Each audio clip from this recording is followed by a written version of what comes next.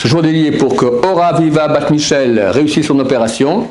C'est déjà passé parce que ça fait longtemps que les gens ont demandé les dédicaces, alors qu'elle est une réfoua shema, une guérison complète et rapide, amen va amen, et définitive. Dans le cadre de notre rubrique Les joyaux de Parashat Vayakhel, on reprend en fait tout ce qui a été déjà ordonné à Moshe, la construction du sanctuaire, les habits, les ustensiles, tout cela est repris depuis le début de la paracha. Et le troisième verset, nous rappelle une chose super importante, avant qu'on rentre complètement dans le sujet de la construction du sanctuaire, garder le Shabbat. Pour pas qu'on croie que le sanctuaire il est tellement saint, dedans il y a le saint des saints, d'accord, l'endroit le plus saint du monde, dans lequel rentrait l'homme le plus saint du monde, le jour le plus saint du monde, une fois par année, peut-être que ça vaut la peine de le faire vite et transgresser le Shabbat. À Dieu ne plaise. Le Shabbat est plus saint que cela. Extrêmement saint. Donc vous faites le sanctuaire, mais attention. Le Shabbat, vous l'observez, parce que Dieu a créé le monde en 6 jours, et le 7e jour, il a arrêté une cessation de création, une cessation d'intervention constructive dans la matière. Qu'est-ce qu'il y a de si saint le Shabbat? Qu'est-ce que c'est? Les gens croient Kippour, c'est très très important, c'est vrai, mais moins que Shabbat. Pas manger du porc, quelqu'un il fait Shabbat cool, d'accord. Dernièrement j'ai rencontré quelqu'un et il parle d'une autre personne, me dit je me fais Shabbat, il me dit oui. Bon, il y a eu la lumière de temps en temps, mais il ne fait pas Shabbat, d'accord. C'est une notion très très française hélas. Beaucoup de gens disent oui, bien sûr qu'on fait Shabbat. Ils font le kiddush, ils font un repas, on fait tout ça, mais la télévision allumée, d'accord, minuterie, les lumières allumées, bon voilà, c'est pas Shabbat, c'est pas Shabbat, c'est très très grave. Alors on dit, bon, tu manges du porc aussi? La histoire, d'accord, mais c'est des milliers de fois moins grave de manger du porc que de transgresser le Shabbat. Si quelqu'un me dit, je le choix une fois d'allumer la lumière Shabbat, ou toute ma vie je mange des scorpions, des serpents, de l'âne, du porc, du cheval, et rien de cachère, je dis la deuxième solution est la meilleure. Je ne vais pas la répéter, elle est un peu longue, d'accord? Tous les repas, matin, midi et soir, c'est moins grave qu'une seule fois dans sa vie allumer la lumière Shabbat. Pourquoi? Alors j'ai vu quelque chose de très très beau du Maguid de Douvna. Il dit comme ça, il donne un exemple. Maguid de Douvna donnait beaucoup des exemples. Il dit comme ça. Il y avait dans une ville un pauvre garçon et sa mère lui a acheté 2 très beaux costumes. Alors, un, il l'a mis dans son armoire, le deuxième, il l'a porté, il sort dehors comme ça. Il est tout content de son costume. Et un voyou voit ça, il est jaloux, il prend de la boue, il prend des ordures, des excréments comme ça, et il en met plein partout. Le pauvre garçon, il rentre en pleurs à la maison. Bon, il enlève les habits, sa mère amène le costume au pressing, et on ramène le costume. Bon, il est propre, mais plus aussi propre. Il n'est plus aussi neuf que ça, surtout c'était à l'époque. Il est encore un peu... C'est pas parfait, d'accord? Bon, il lui reste le deuxième costume. Le deuxième costume, il le sort pour Shabbat Kodesh, complètement propre. Le Maguid Douvna, il dit, c'est comme ça aussi à propos de la création. Hachem, il a créé le monde. Premier jour, deuxième, troisième, cinquième, sixième. 6e jour l'après-midi, Adam et Ève font le péché originel. Le serpent vient et met un venin, met son mal dans toute la création. Ok, le premier homme fait tchouva, il répare. Tchouva, c'est comme la lessive. Il répare, il regrette. Alors Dieu lui pardonne. Mais néanmoins, c'est comme le costume qui a été envoyé au pressing, il revient, mais c'est pas... Il y a encore un peu des traces du venin du serpent originel. Lorsque Bnei Israël était au Mont Sinaï, c'est parti. Mais lorsque le veau d'or, c'est revenu. D'accord? Et on voit bien que tu tournes la tête à gauche ou à droite, il n'y a que du venin du serpent aujourd'hui, il n'y a que ça. On voit du serpent partout. D'accord? C'est terrible. Alors bien qu'il y ait eu tchouva, bien qu'il y ait eu réparation, néanmoins, c'est pas total. Mais il y a un jour qui a été créé après le péché originel. C'est quand? Le Shabbat. Le péché originel a lieu un vendredi. Après, il y a eu Shabbat. C'est un jour où il n'y a aucun venin du serpent. Tout est propre, tout est bien, tout est parfait. Les Juifs pieux font tikkun chatzot. Ils font une réparation à minuit, entre minuit et l'aube, ou tikkun Rachel, ou tikkun Léa, ça dépend qui, quoi, comment. D'accord? Shabbat, aucun tikkun. Shabbat, tikkun, c'est des réparations. Il n'y a pas de réparation. Shabbat, tout est parfait, tout est bien. C'est un jour tellement grand, il est hors du monde. Hors du monde. Le monde, il a été touché par le venin du serpent. C'est hors du monde. À ce propos, il y a un très beau chidouche, une très belle explication du Gaon de Vilna. Il y a une Gemara dans le traité Brachot, page 14, qui dit que si quelqu'un vit 7 jours de sa vie, de suite, sans avoir rêvé, il appelait Ra, il appelait mauvais. Il y a des gens qui ça fait des années qu'ils n'ont pas rêvé. C'est faux, tout le monde rêve. Mais ne se souviennent pas de leur rêve, du tout. Beaucoup de gens, d'accord. La Gemara appelle cela ne pas avoir rêvé, d'accord. Demande Goldville, où est le rapport? Pourquoi si quelqu'un ne rêve pas pendant 7 jours, il est appelé mauvais? Qu'est-ce qu'il a fait? C'est un sadique parfait. Qu'est-ce que tu veux de lui? Il peut rêver, il peut de façon volontaire rêver. Il ne peut pas se forcer à rêver, d'accord? Il ne se souvient pas des rêves, qu'est-ce qu'on peut faire? C'est une nature comme ça. Il y en a qui se souviennent tous de leurs rêves, ils ont 10 rêves par nuit, ils s'en souviennent, il y en a qui se souviennent absolument de rien. Pourquoi 7? Où est le rapport? Il y a une très très belle explication. Il dit comme ça. Et le commentaire qui a ramené cela donne un exemple. Il donne un exemple. Quelqu'un, un jour, il est arrivé que dans le jardin du voisin, il y a, sous un certain arbre là-bas, il y a un trésor qui est caché.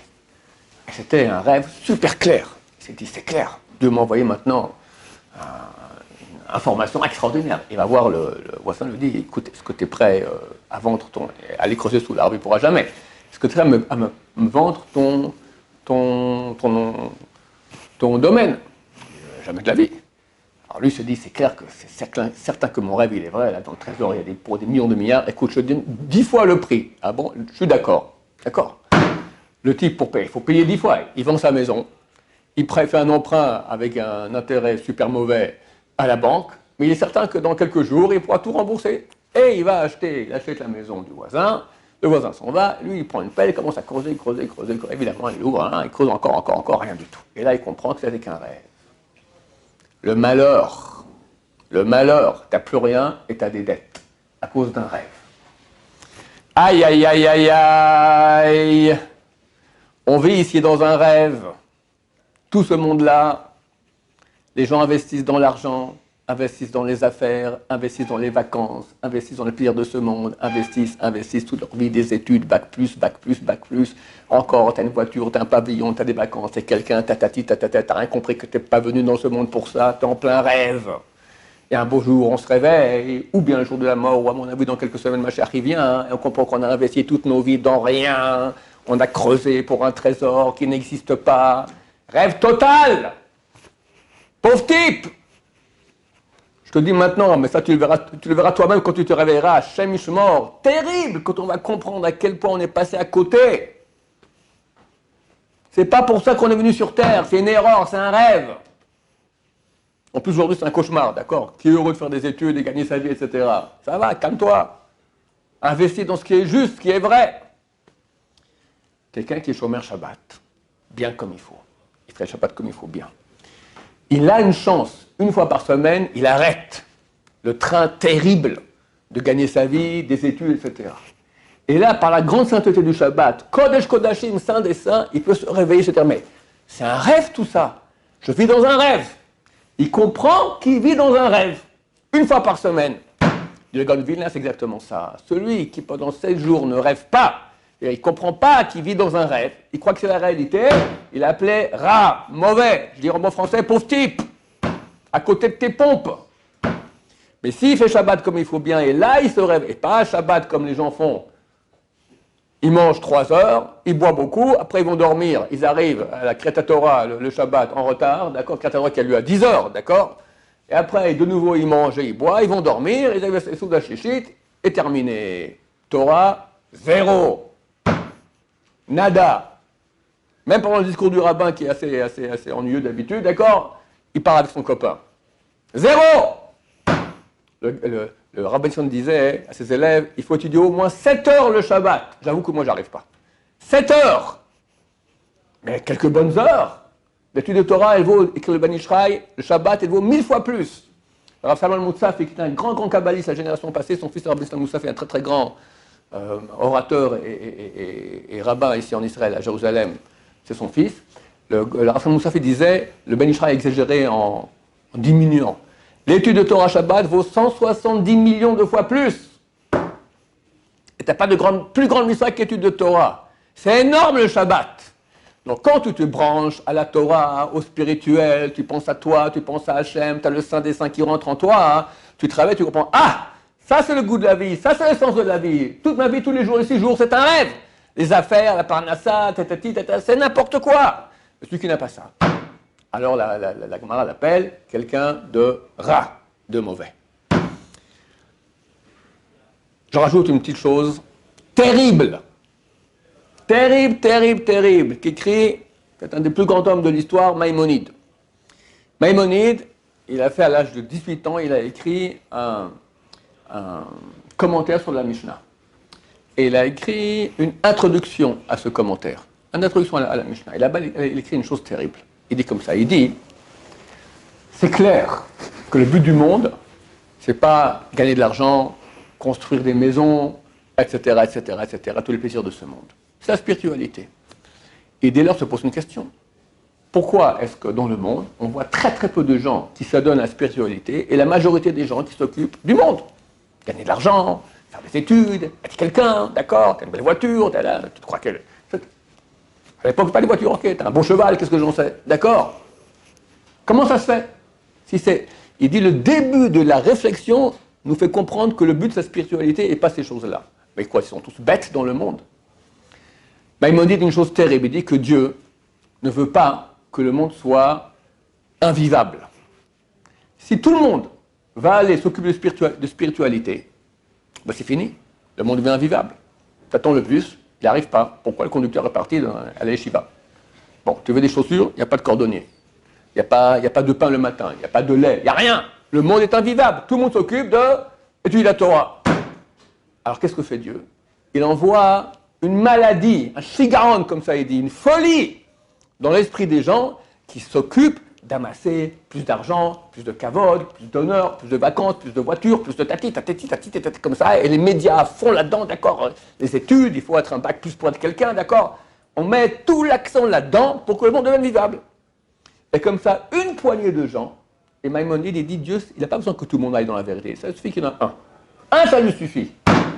Bon, Hachem, il y en a plus qu'un aujourd'hui, pour que tout le monde entier va rendre le monde vivable pour qu'une poignée de gens puisse s'adonner à la vérité, au vrai sens de la création du monde, le vrai sens de la vie. Maintenant, à nous de choisir. Est-ce qu'on veut faire partie de ce que le Rambam appelle Am Haaretz? Am Haaretz, peuple de la terre. Pourquoi on l'appelle comme ça? Am Haaretz, d'habitude, veut dire ignare. Et pourquoi on appelle peuple de la terre un ignare? Parce qu'il dit son but, c'est que la terre soit viable. C'est leur rôle, rendre la terre viable. Alors, tu veux être Am Haaretz, un peuple de la terre ou un peuple de Dieu? Minorité toute petite. À vous de faire le bon choix. Le Shabbat peut beaucoup nous aider. Baruch Adonai, l'olam, amen va amen.